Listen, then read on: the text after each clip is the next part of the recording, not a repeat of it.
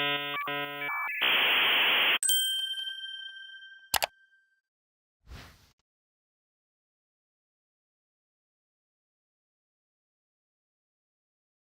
right, how's everyone feeling? End of the day, right? A little tired?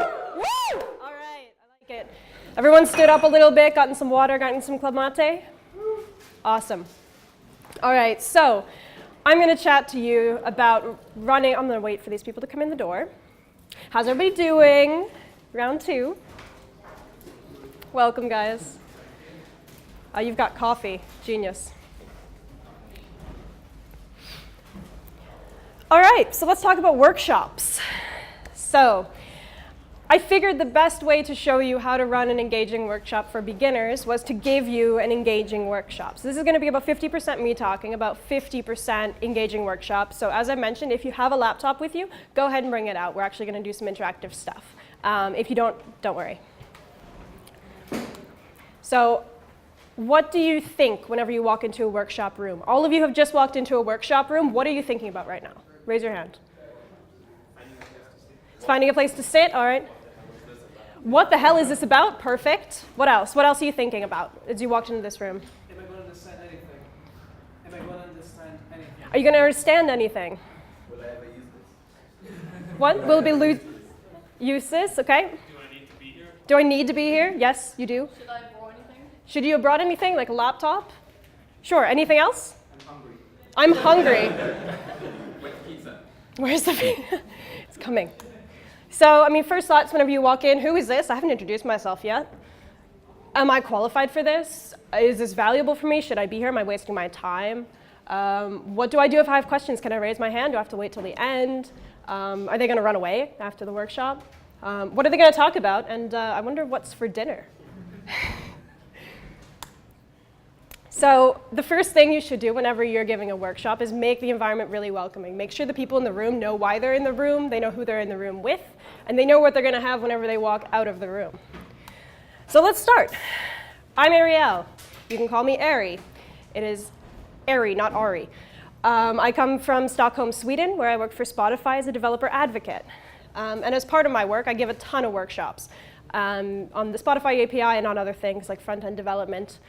And it's really fun, and oftentimes I end up working with beginners who are too scared to come to my workshops because they think that workshops are too complicated for them. They're not going to get the technical details. So I put a lot of time and effort into thinking of how to make workshops accessible and engaging for those people. So that's the audience we're going to be talking about today.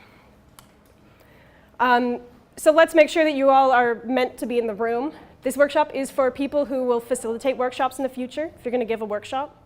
People who are organizing an event and might be talking to the facilitators of those workshops, giving them some pro tips. If there's sponsors at your hackathon who want to talk about their APIs, you can give them these pro tips. Or people who will be attending workshops so you know what to look for, and maybe you can give feedback to those facilitators later on. So that should apply to everyone in this room. This is an interactive workshop, as I mentioned. And if you see a colored slide like this one, I want you to follow the instructions on it. This is a format that I use quite frequently. This is going to be really meta because I'm going to comment on the things that I'm doing. I'm not crazy. That's just how it's going to go. So if you see a colored slide like this, follow the instructions. It just makes it really clear when am I supposed to be doing something, when am I supposed to be listening, when am I supposed to be taking notes. If I want you to do something, it will be on a colored slide. Raise your right hand. Excellent, everyone gets the point. Love it. So when do I ask questions? Can I ask questions? I will answer all questions at the end. I have my phone here. I'm going to watch the time, and I'll leave some time for questions at the end. But if you have a burning question, please raise your hand, and I will stop. Especially, please raise your hand if I say something and you don't understand what I just said. So if I use an acronym or if I say a technical term and you don't understand what it is, please raise your hand. It's my fault, not yours. I should not be doing that. And any other burning questions that you have. So does anyone have any questions right now? Everything clear? Great. So let's start talking about workshops. I really want to scale this because we're only going to talk about hackathon workshops, and they're a lot different than normal workshops. So let's go around. What are some of the things that make a hackathon different than a conference or something like that? Short time limited. Short time limited? Anything else? Go ahead and pop up your hands. Optional. Optional? People probably tired. Probably tired. Diverse backgrounds. Diverse backgrounds. Great, those are all great starts. This is what I think makes workshops at hackathons a unique and kind of difficult proposition. So usually, whenever you're giving the workshop, you have about 30 to 60 minutes. That's incredibly short. I have given workshops that are entire days. I've given workshops that are half days, 2 hours. Those are all great, and you can go through a whole range of concepts. You get to know the people in the room and how they interact. You can't do any of that in a hackathon. All of the people in the room have this motivation to complete a project by the end of the hackathon, so you really want to kind of focus on actionable things. You're also in a 24 to 48 hour timeline, so you want things they can action on relatively quickly and things that they can pick up and use immediately. On the positive side of things, there's an abundance of mentorship. So if you can't answer all their questions, they can walk out of the room with all these new questions, and they can find mentors in every area who are going to help them out. And another positive is everyone is there ready to learn and experiment and try new things, which is really great. So a few things around those negative bits. Try to let your attendees walk away with something that works. That's what I'm going to be focusing on today. Make yourself available after the workshop so that people can come up and find you. Try to provide inspiration for kind of projects that they can do. If you're early on in the event, they probably don't know what they're going to work on yet, and it's at the back of their minds bothering them. And try to give some possible next steps of how can you expand on what you've done here. And then in general, for all kinds of workshops or teaching or mentoring positions, even just helping out your friend with their homework, try to present with all learning types in mind. I'm going to be speaking. We're going to be doing some stuff on the computer. Normally everyone would have a computer, but you get the point. And I like to put up slides with the points that I'm talking about. Make sure you try to have real-time mentorship available. I also couldn't do this, but normally I would have mentors sitting at all corners of the room who are available, and you can raise your hand, and one of them will come and find you instead of me stopping the presentation. And then offer pauses like I just did a few minutes ago for questions, making sure everyone's on the same page, that kind of thing. On that point, any questions? Is everyone with me? Great. So let's talk about beginners. So the rest, essentially, of this workshop is going to be let's go through each of these and let's figure out how we can attack them. So beginners in a workshop, the first thing they're going to come in, they're going to look at it and they're going to say, this is way over my head. I should not be here. This is for people who are more experienced than me. This is for people who know how to code. I can't follow along because I don't know JavaScript, all these kind of things. They're going to have trouble setting up their development environment. If I open up a terminal and you've never opened up terminal before, you're going to have a hard time. Small technical errors, I forgot a bracket somewhere, I didn't close my parentheses, and then I don't know how to fix that. And maybe if there's not enough mentorship around, or if there's not a working example, I'm going to get lost, and then everything else that happens in the rest of the workshop is going to be absolutely useless for me. Or there's uninspiring content. It's not something that I want to work on. I don't think that the applications of it are cool, or they weren't shown well enough to me. So I'm just zoning out and thinking about dinner. So let's start with this is way over my head. I think the easiest way to fix this is scoping your workshop. So by hands again, I'd like to hear some names of workshops that you've attended at a hackathon or that you've ran at a hackathon. Intro to Git, all right? Anyone else? Introduction to APIs. Introduction to Alexa skills. Alexa skills. Introduction to Bash and Linux command line. Bash and Linux. GraphQL for fun content. Ooh, GraphQL, nice. I almost did that for this one. So here's some that I've seen that aren't so great. Front-end web development.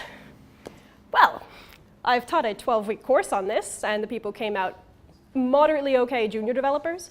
They could make a website, but I guarantee you can't cover JavaScript, HTML, CSS, how browsers work, how web servers work, all that kind of stuff in a 30-minute slot. So you probably should scope it a little bit better than that, because some of the people coming in your workshop won't even know what front end is. I've literally seen this one. I don't even need to explain why that's problematic. I've been trying to learn iOS for 2 years, and it's still not happening. So here are some that are like a little bit more explanatory, and these aren't perfect either, but it's just kind of giving people a little bit better idea of like what they're getting into. So making static personal websites with GitHub pages, this gives you an idea of like what am I coming out of there with? What is the end goal? If I already have a personal website, maybe I'm going to zone out halfway through if I realize, oh, we're just making a personal website.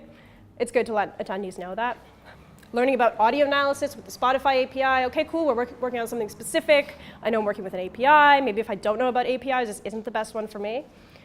Reading data from Twitter in Python, you're getting an idea of languages there. So if you're already a Python guru, maybe this isn't the one for you. So some tips on picking this minimum viable workshop topic. Try to make it so there's as little prior knowledge required as possible. So don't make it so that people have to already know how to set up a web server. Don't make it so people already have to know all about APIs. It's okay for some workshops, but for beginners, try to make sure that you don't already have to know a plethora of other things. And try to make it so attendees can walk away with something that works. I'm going to keep saying this. And that there's room for further exploration in that working example.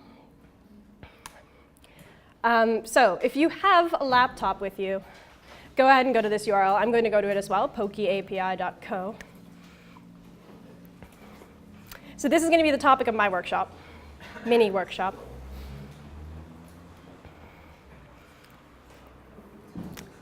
So this is what it looks like. It's pokieapi.co. And because I want there to be as little previous knowledge as possible, I'm going to pretend that most of you don't know what an API is. You probably do, but it's OK. So if you don't know what an API is, I'm going to show you what an API does interactively, and you can try it out on your computer. So let's try to find a Pokemon. So I'm going to go ahead and try to find Pokemon. Name a Pokemon. Bulbasaur. Charmander. Bulbasaur's already there. Charmander. Great. So we're going to hit submit. And we're going to get some data about Charmander. So this gives you a pretty good idea of what an API does. So I've asked it for some information in its own little language, and it's not important for us to understand how that works right now. And it's giving us some stuff back. So what do we know about Charmander now? We know that it has an ability called Solar Power, an ability called Blaze. We know that it's got 65 speeds. So we can find out lots of things without ever seeing JSON before, without ever seeing an API before, and we can kind of get an idea for how that works. Is everyone good with this? Cool. So anytime I'm giving a presentation, this is the meta bit again. I need like a little meta hat. Anytime I'm giving a presentation on an API or a technology, I love to try to find an interactive thing like this, just to get people familiar with what we're going to talk about so that they feel more comfortable. If I try to intro you to the Spotify API through code, you're going to have more of a hurdle than if you already know how the API works. Oh, I send it a track ID and it sends me back some information. I know what that information kind of looks like. This is fine, everything is fine, I didn't have to code, we're good. All right, so if you do have a device, go ahead and like play around with that a little bit and just get familiar with what you can do. There's a few that you can just click and it'll pre-fill it for you. Excellent, so try getting data from another Pokemon. Next up is development environment setup. These are real quotes. Why isn't my code colored like yours? Using text edit. I don't want to explain what syntax highlighting is or all the different text editors that there are, and somebody in the back will be like Atom, and somebody will be like Visual Studio Code, somebody will be like Eclipse, and it gets in this whole war. You don't want to do that, because beginners will be like, I don't know any of these words, what is happening? How do I open terminal? If you're doing things with curl, some people have never opened their terminal before. I didn't open it until my second year of university. So like it's a legit thing. So you don't have to deal with that. And then there's also the issue of, even if they get into the terminal, and you say, OK, we're going to make a Node app. OK, just go ahead, download the thing, click npm install, everything's good. It says npm command not found. What does it mean? And then, as you know, Node takes a really, really long time to download. And your workshop's gone. There you go. Workshop on how to download Node.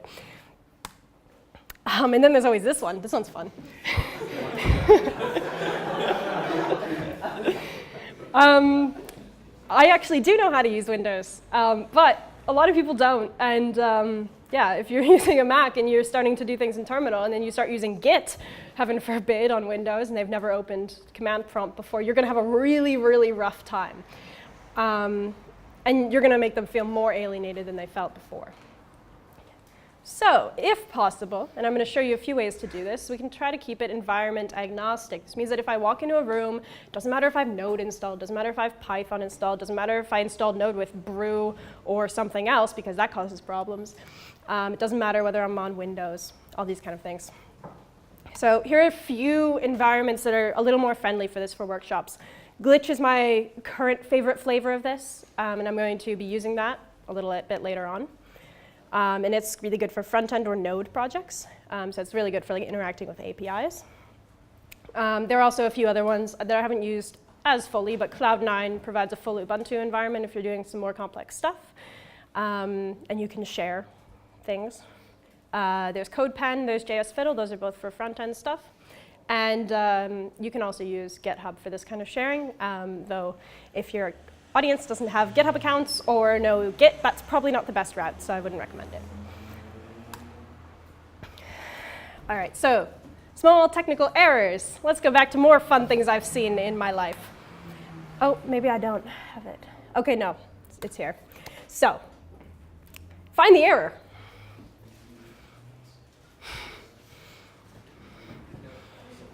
OK, you didn't find it in 5 seconds. That person is already disengaged. It is right here. There's a missing thing, and it's caused their text to look really funny. I promise you don't want to see what this looks like. This is actually from a workshop I did using a template that wasn't mine.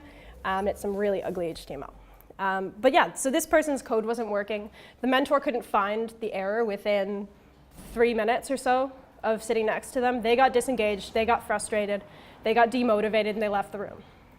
This is really, really easy to do if you don't provide a working foundation. So it's super important that if a person goes in and starts changing things and they break something, it's great if your mentors can help you out with that or if you can find that error really quickly. But if you can't, they need something they can go back to that actually works. Otherwise, they're going to get demotivated immediately. So the way I like to solve this is with templates. I promise the interactive part is coming soon because we're going to try out a really fun template. So these templates, they should offer inspiration, usually in the form of like a README with some things to try if you're kind of playing around with the template, waiting for other people, waiting for the presenter. It should be documented, so there's comments everywhere. I shouldn't have to look and be like, what is this? There should be links to the resources that you're using. Highlight the important parts so you know which part of the code to look at and which part is just setup. Hackable, this is one of my favorite parts. I can change one tiny bit, and it's going to give me a different result. That's really motivating for people. If you can change something from yellow to red and it changes something immediately, they're motivated, they want to try more, they get that immediate, I can do this. And it should be open and accessible during and after the event, preferably open source if you're doing code. And I'm going to give you a repo with all of my stuff in it afterwards, leading by example. If I don't do any of these things, please let me know. So if you've got a laptop, head over to hackcon.glitch.me. And I'm going to do this in just a moment after. So hackcon.glitch.me. Going to head over there. And you should see this page. So tiny little web app. We've got a picture of Pikachu. We've got a statement that there are 811 Pokemon. And we've got a list of all of the yellow Pokemon. As you can tell, yellow is my favorite color. So if you're on that page, let's go look under the hood, because this is what we're going to hack on. This is your template. So go ahead and click that button up at the top, get started by remixing in Glitch. And it's going to take you to a page that looks like this. Nice. I see everybody's little smiley faces coming on the page. And then you can remix the project by clicking the button right there. So what this is going to do is it's going to take a copy of my code. It's going to pop it onto your own little playground, and you can make changes. And you're going to be able to see things live. Excellent. And then go ahead and start following the instructions in the README if you are at a laptop. Otherwise, I'm going to do what I would be doing for the rest of you. But if you have a laptop, please start following the instructions in the README. Has everyone been able to remix all right? Yes? And if you get stuck, please raise your hand. All right, so this is what the README looks like. Does everyone see? Do I need to make the text bigger? Good, cool. So as you see, we've got a little getting started. So that just shows, okay, what do I need to do in order to get moving with this project?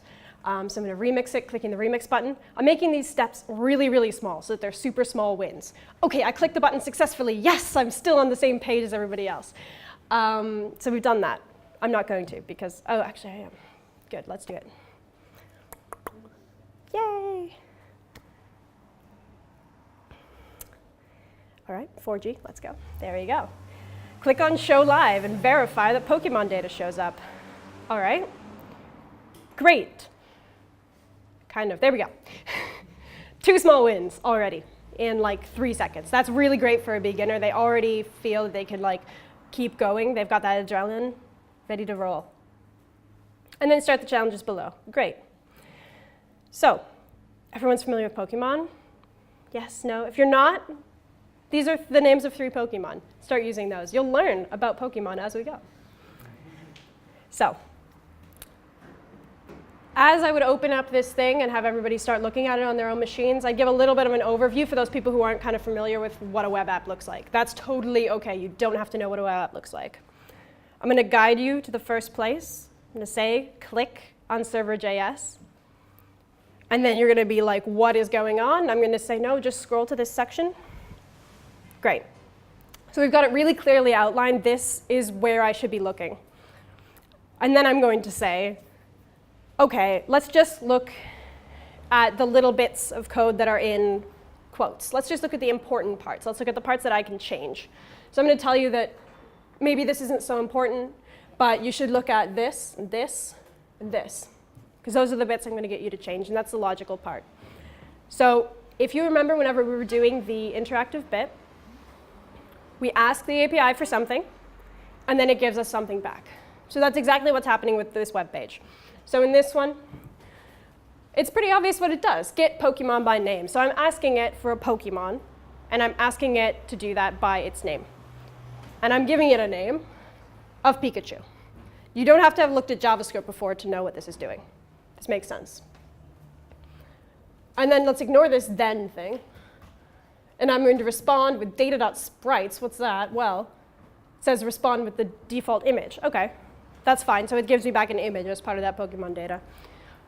And it's going to be that one. Great. So on my thing, oh, look, an image. Woohoo. So the first challenge was let's change the Pokemon image that appears. So preferably someone who doesn't code in JavaScript. How do I change the image? Change Pikachu. What do you want me to change it to? Meowth. Excellent. Great. This is going to automatically save. Woohoo!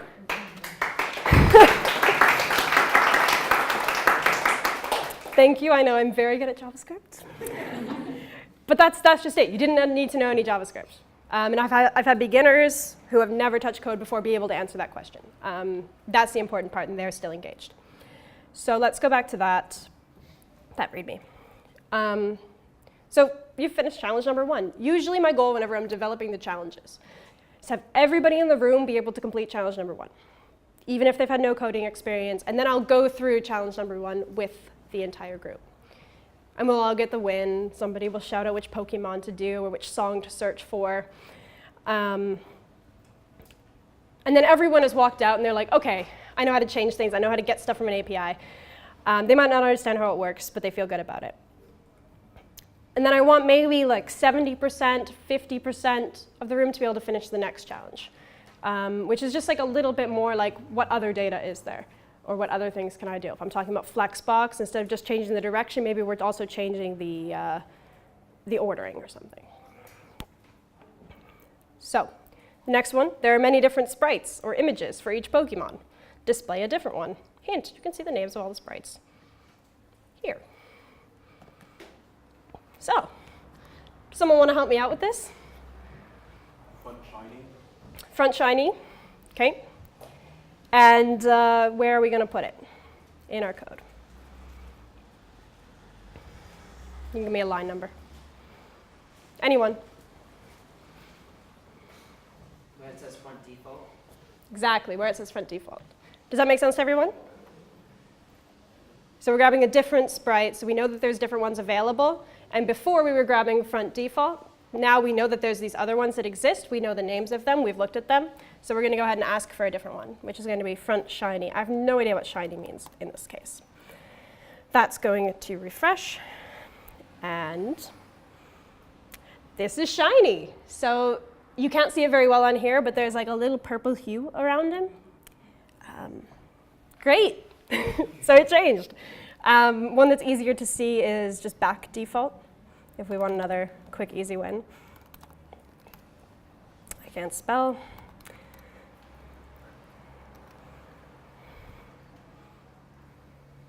And he's flipped around. Great. So I'm not going to go through all of the challenges here, but I'd have like maybe 5 or 6 of these.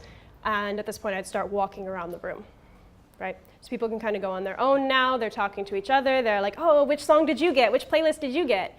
And showing each other, interacting, and then trying new things. And the people who are maybe more adept, people who are picking it up quicker, they're popping down to the bottom, and there's a couple like epic challenges that are a little bit harder. And ultimately, you send them to the documentation for whatever you're doing, and then they can go and look, and they can pick a new one. So in this case, I'm sending them to the wrapper that I'm using. If a wrapper is just a thing around an API that makes it easier to use, typically I will use one of those. In this case, it is just a series of functions. Those are these little bits here that grab things. So then they can go just copy this function and try it out and see what it does. And it's going to work immediately for them.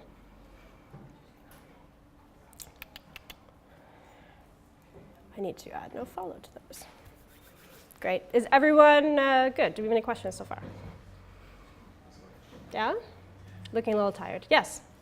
So I really like the way that you like structure the template and you make it like really easy with flows and everything. But do you think it could be a problem when you have something a bit more complex? Like here you have basically, I think you have a server and you have a client and you have a bunch of files. Do you think it's worth trying to minimize your template as much as possible to giving, basically making the beginner the least likely as possible to break something else? Yeah. So the question was, this is pretty simple with a server and a client. Is it good to make it as minimal as possible to minimize errors? Is that valid? Yeah, okay, yeah. great. Yes, absolutely. I try to make it as small as possible. And when I can't, whenever I do need client-side JavaScript in order to make it work, and I do need HTML and I do need CSS, I need those in here, and I can't just hide them away. I will be very clear about this is where you want to look. Here's the hint. Go look in this file. Play around with this. Because the other parts, you should really just try to extract those away. You don't have time in a 30 to 60-minute workshop to teach people all of this stuff. You can't teach them how an API works and how client.js works and how to include CSS files. It's not going to happen, and you're going to miss part. So I like to do these. It really shows you this is where you're supposed to be changing. But yes, try to extract away as much as you possibly can. All right, so this is my template. We're going to pop on back to here. Great. So let's chat about uninspiring content now. So the easiest way is to make it interactive. This is diluted to about 50% interactivity. Normally, I wouldn't be talking quite as much, and we'd be interacting a little bit more. Just to kind of keep the room engaged. And focus on exploring what you can do, not how you do things. Beginners are really, really great at learning the technical details without even thinking about it. It's actually quite amazing.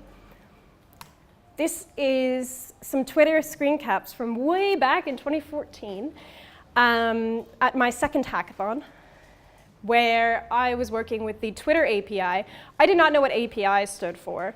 I'd never worked with JavaScript before. I never worked with HTML, all these kind of things. And I developed a web interface where I could match a loon picture with a loon fact, and then have Twitter tweet it out, and then have people be able to share it. And it was compatible with Magic Leap. I don't know if, like, not Magic Leap, there's like this little tiny, Leap Motion, that one. It was super popular in 2014. I feel really old now. And you could actually point to the things on the web page. I had no idea how any of it worked. My code was really bad. It was all hacked together. But I was really motivated to be able to tweet out stuff about loons because I knew that Nick really liked loons. Seriously, go talk to him about loons afterwards. There's a sticker on his laptop of a loon. It's really good. But I was super motivated by him because he was like, yeah, let's get to this end goal. Let's do this thing. So if you instill in their minds, yeah, we're going to do this thing. We're going to get data about Pokemon. And that's totally fine. They'll learn the technical details as long as they're motivated enough. Don't underestimate your beginners. So let's see how I'm doing on time. Excellent. So as promised, you really want to give people something to walk away with. In this case, that is a workshop template pack, which can be found here. I will also send out a link on Slack. Don't worry about getting this URL. This has this presentation, the notes for this presentation, the code that you just saw, a link to the code that you just saw, a presentation of the Spotify API that I've done a few times in the same format, and the code for that presentation as well. Please give me feedback on it and ask me questions about it. You're more than welcome to say, hey, I'm doing a workshop on blank. What do you think? Hey, this is a link to my workshop. How can I make it more engaging for beginners? I'm more than happy to answer those kind of questions. So, also as promised, I have 10 minutes left, and I'm open to questions, discussions about what kind of workshops you want to run, experiences you've had in a workshop as a beginner or as a facilitator, and I'd love to take those. So, let's go. Questions? Yes? How do you deal with situations where someone's just having so much difficulty, but you can't necessarily really help them progress on? I kind of mentioned, just have some templates that you can kind of fall back to, but in various circumstances you've kind of exploded and you've just been like, I don't know, how can you? Yeah, I've definitely had those. I've definitely had moments where I've been like, I have no idea and I can't help you right now and I need to get back to the workshop. Absolutely, that happens to everybody. If you ever facilitate, it's going to happen to you. Welcome to the club. In those situations, like you mentioned, I do like to have a fallback. So it's like, okay, I don't know what you just did, but let's retrace our steps a little bit and let's figure out how we can get there in a way that I know how.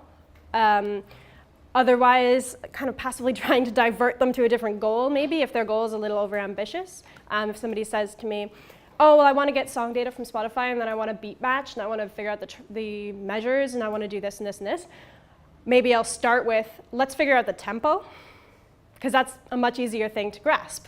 And then once they understand how to make a call to the Spotify API, then you can build on that. So trying to figure out what are the steps in the goal that they can actually get to, and then helping them build up from there. Does that answer your question? Great. Davis? To kind of add to that, do you find like if you've ever done talks and had volunteers help you out with that, are they useful to be able to divert to people having problems, or do you find it as a distraction? I find it extremely useful and I recommend doing it. I do like to talk to my volunteers before though. That's why I actually don't have any volunteers here, because I didn't have time to talk to anyone and properly brief them on this is my content. These are the problems that I anticipate people having. If it's taking longer than 2 minutes, this is what you should do. But you should brief your volunteers like that. Yeah.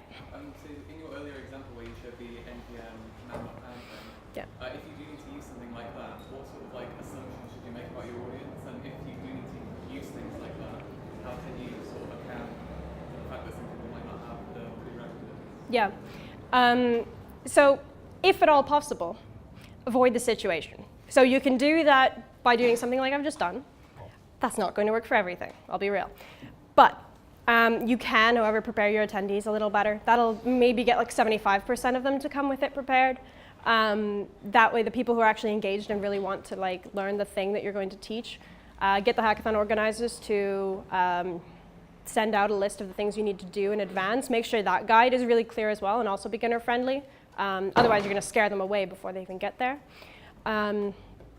And then if you do hit a point where, let's say we're doing a node project and we do need to install NPM, and 75% of the room has installed it because you've told them in advance they need to do it, and 25% hasn't, get them to code along with someone else. It's not worth them sitting there trying to install NPM. They're going to be watching the terminal go Zoom. It's really fun. You feel like a hacker. And then they're not going to pay attention to your presentation. Get them to code along with someone else. Maybe get them to try to trade trade on and off the keyboard, pair programming style.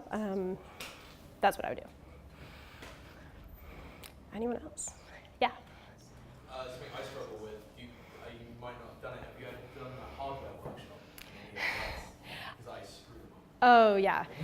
I have not done a hardware workshop. I have tastefully opted out of hardware workshops because they're really, really difficult. And there is a lot more things that can go wrong. There's a lot more variables. I'm not the person to answer the questions about those.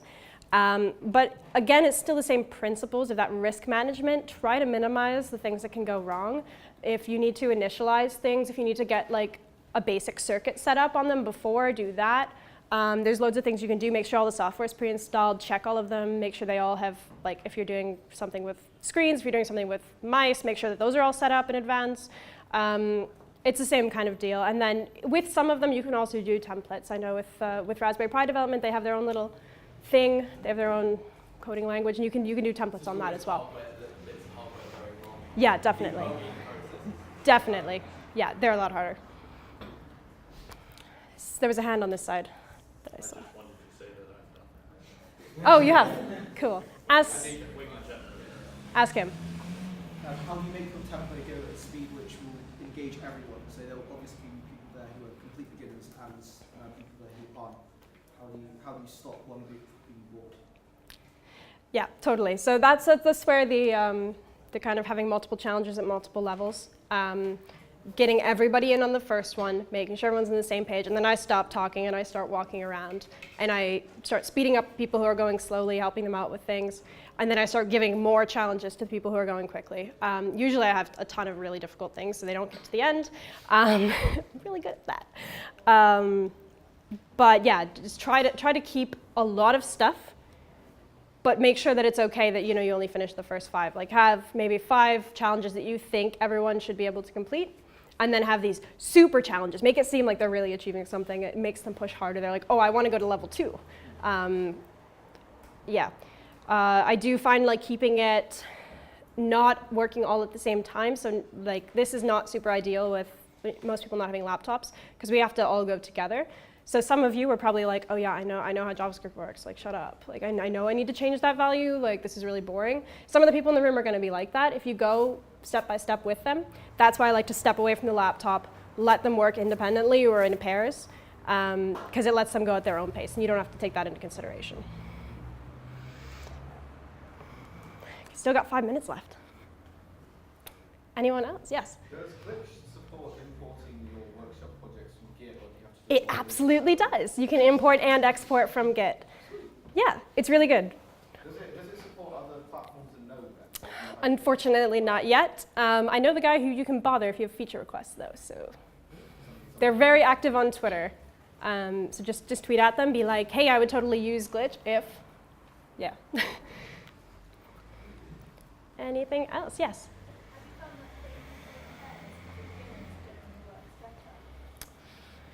The question was, have you found that putting people in pairs works better for beginners? Mixed responses on that. If they know each other, it works quite well. Because they can kind of like play off each other, they challenge each other a little bit more. If they don't know each other, oftentimes with beginners, they're scared to be there in the first place. They might not know very many people. Maybe they're new to the school, maybe they're new to hackathons. They probably don't really want to interact with anyone. They'd like to stay put in their computer. So I really try not to force working together on people in a workshop. I like them to just kind of focus on what they can do, what they want to do, and inspire them a little bit. It just adds a dimension to it.